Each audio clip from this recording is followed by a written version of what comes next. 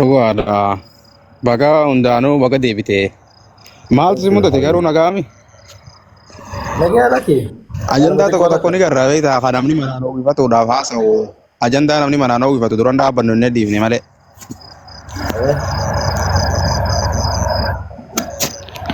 Hundaafuu baga deebite karaa miidiyaa keetiitti gisee takka takka deemanii boqonnaa fudhachuun gaariidha beektaa.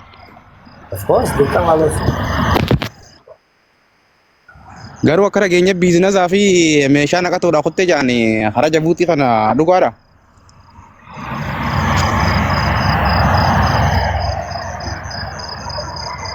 Maal jette gara Jabuutii?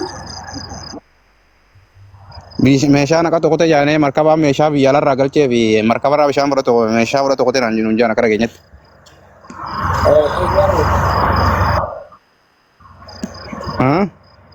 Akkas jaanii? Akkasuma inni itti dhiifne kan nuti abbaa biizinazaatii mireetti akkasitti beekna kan nuti waan eessa dheeyite garuu.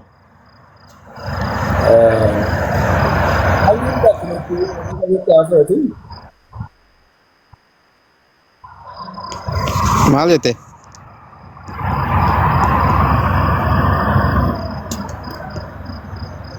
Murtii xiqqool sagaleen keenee jetta sagaleen saba kan qabu baadiyyaa wayiitiin jira.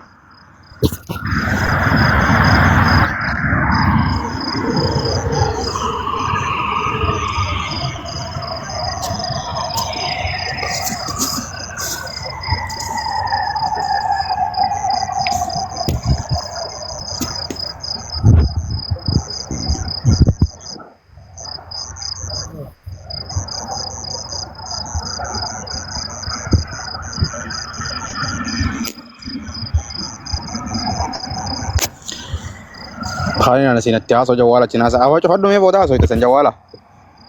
Boda na belum aja gitu live rapi. Saya kalah menahan nih.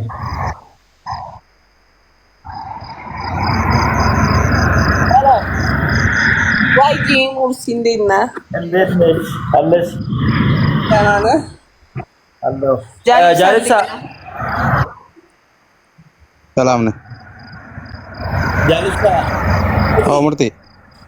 Aku karaa dheeraa tokko deebiitiin dadhabeellee ammaan gattaa'e beektaa isin yaadeetu maanga akka dhufnaan baamre. Hundaafuu dhugumatti maal si mudate mee maal si mudate dhugumatti waan si mudate san nuu ibsi mee. Qamaan amma galu.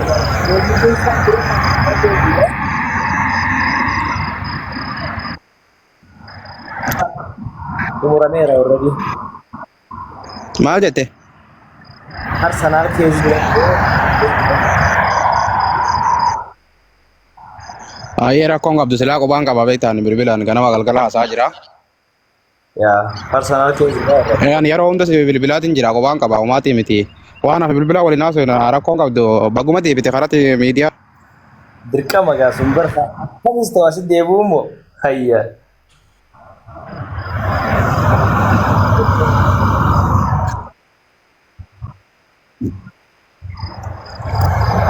Gadeen takka takka kawa miidiyaa kanarraa si balleesseetti iyyiti beektaa gabbaatee girrifti. Miidiyaan kecheetti malee yoo nama hedduu.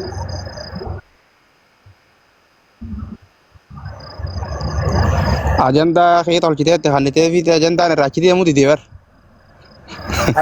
Miidiyaan isinitti qabbanoon hidhoo tana garuu.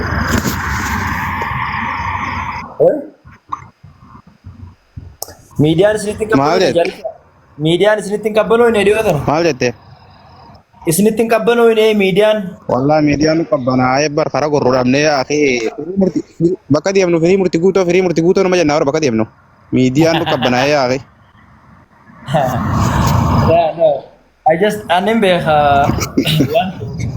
akkamitti akka ta'us wayni qabbanaa bakkeen jiru kun. Maali baddaa deemte? Laftiin jiru bakka baddaa tokko qabbanaa.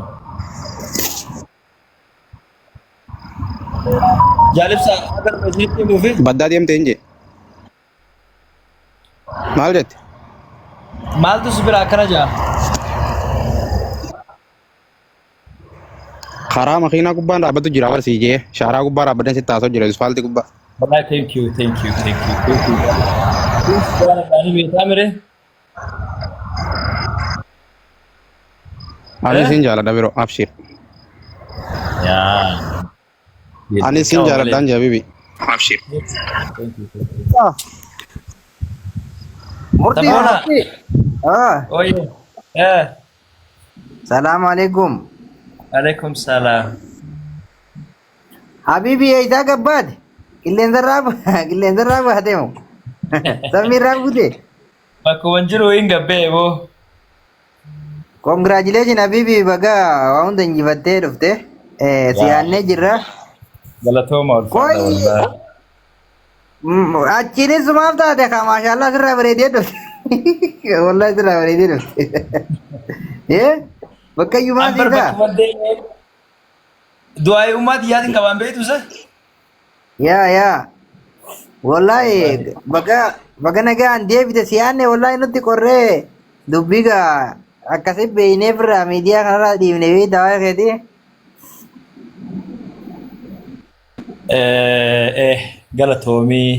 Galatoomaadha. An akkuma dhufe yaaduma keessaniin laayifii seene malee nuun tasgabboyne hunda keessanuu tasgabbaa'ee congratulations Habibi baga baate amshir rakkoo miti waan jedhe waan dubbachuu taates irra deebinee akka dubbannu ni ta'a. Okay baga baate. Wayinaa ammaaf an nagaan qabaa nagaa fayyaa wanni hundinuu alhamdulillah nagaa. Amshir siyaanne baga nagaan nuu dhufte ayyee miidiyaa irra turuun feetu bakkaatti wal garra. Tole marhaba taate ayyee waa hunda asitti naasaanii dhugaa keeti laala እንዴት ነሽ ጓደኛዬ እንዴት ነሽ አሎን ደህና ነሽ እንዴት ነህ? ልዩ እንዴት ነሽ ደህና ነኝ። ሃፒ ኢሬቻ። ቴንክ ዩ ልዩ ደህና ናት። እንኳን አብሮ አደረሰን። አልሄዳችሁም እንዴ? እኔ እንኳን መንገድ ሄጄ ሌላ ቦታ ነኝና እሉ ነግሬያት ነበር ለሷ። እሷ ሄዳለች፣ እኔ ነኝ ያለኩት። አትቀልጂ። እውነት ደስ ይላል እንደዛ ከሆነ። ስታምር በቃ ይሄ የእንትኑን ልብስ ለብሳ ወይኔ እንዴት እንደምታምር ብታይ። ማ እስቲ ያሳይ። ድባቡ ደስ ሲል ሚኒሊየም ቪዲዮ ኮል እያሳየች ነበርና አንቺ ለምን አለርኩም እኮ ብላኝ ነበር።